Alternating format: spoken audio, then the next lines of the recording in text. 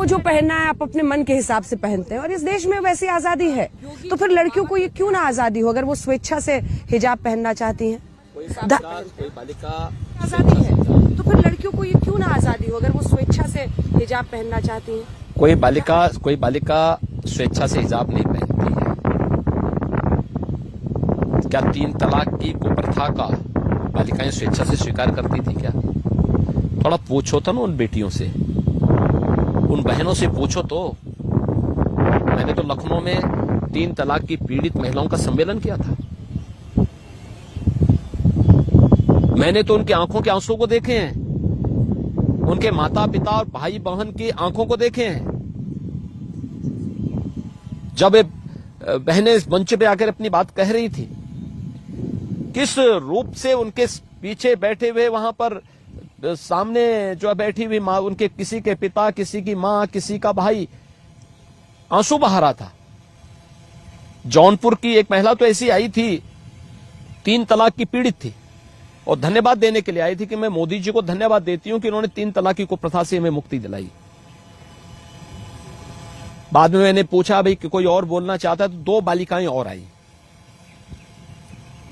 मैंने कहा भी कौन है, तो उन्होंने बताया कि साहब जो सबसे पहली महिला बोली थी ना, हम उनकी बहनें हैं।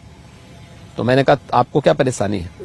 उसने कहा हम दोनों बहनों ने शादी इसलिए नहीं की क्योंकि हमारी सबसे बड़ी बहन की शादी हुई थी, 3 तलाक के नाम पर उसको छोड़ दिया था उसके पति ने, उसका जीवन बर्बाद किया था, इसलिए हम अन्य बहनों ने शादी नहीं की। फिर कोई बेटी क्या 3 तलाक की प्रथा का समर्थन करती है क्या? व्यक्तिगत पहनावा व्यक्ति जीवन में पहन रहे हैं ना सर, आप भी पहन रहे हैं। व्यक्तिगत घर तक, बाजार तक और उसके व्यक्तिगत कार्यों तक सीमित हो सकता है। हम सब तो सार्वजनिक जीवन में पहन रहे हैं ना सर, आप भी पहन। मैं क्या करूं, मैं पहन रहा हूं, मेरा लिबास है, लेकिन मैं उसको अपने कार्यालय पे थोपता नहीं हूं। क्या मैं अपने कार्यालय में सबको बोलूं कि आप भगवा पहन के आओ? क्या मैं पार्टी में सबको बोल दूंगा? नहीं बोल सकता। हर एक को स्वतंत्रता होनी चाहिए और संस्था है तो संस्था का अपना अनुशासन होना चाहिए।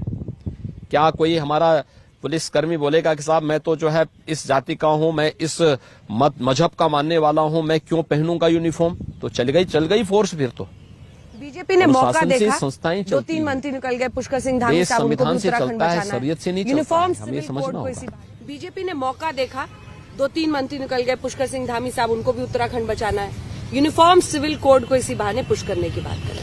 यूनिफॉर्म सिविल कोड, देखिए यूनिफॉर्म सिविल कोड की जब आवश्यकता पड़ेगी, भारत सरकार सक्षम है, उसको अपने स्तर पर उस पर समीक्षा करेगी, कार्रवाई करेगी।